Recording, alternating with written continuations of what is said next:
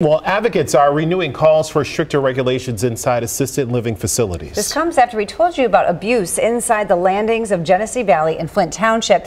We're now learning that Dontia Arrington is facing new charges in that case, including 2 counts of felony larceny and 2 counts of misdemeanor embezzlement from a vulnerable adult. Our David Sackwriter has been following this story from the very beginning. He joins us now. And David, how are legislators working to prevent this from happening in the future? Well, it centers on a mix of transparency, accountability, and training. Patricia Scrabis began fighting for the legislation after her mother died at a facility in Ottawa County. One of the staff members came in and gave her shot.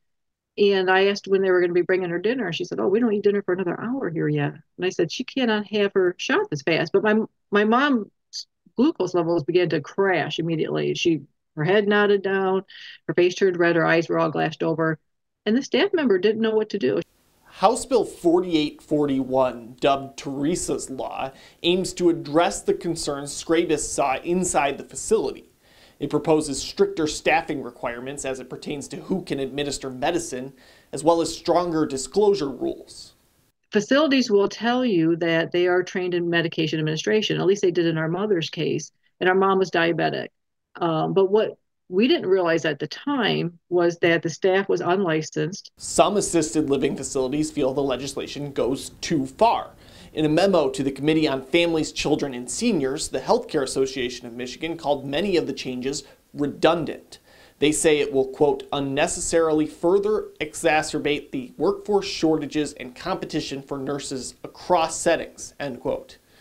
In a statement to ABC 12, HCAM President Melissa Samuels said, as introduced, it would have altered the fundamental purpose of an AFC and created a regulatory framework that would be nearly impossible for most AFCs to meet. Providers would likely have had to increase rates for residents to comply with the changes, making the rates unaffordable for much of the vulnerable population served.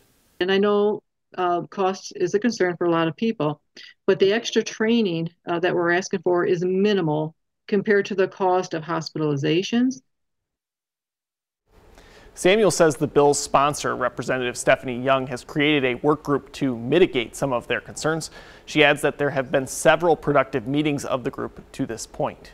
In studio, David Sackwriter, ABC 12 News.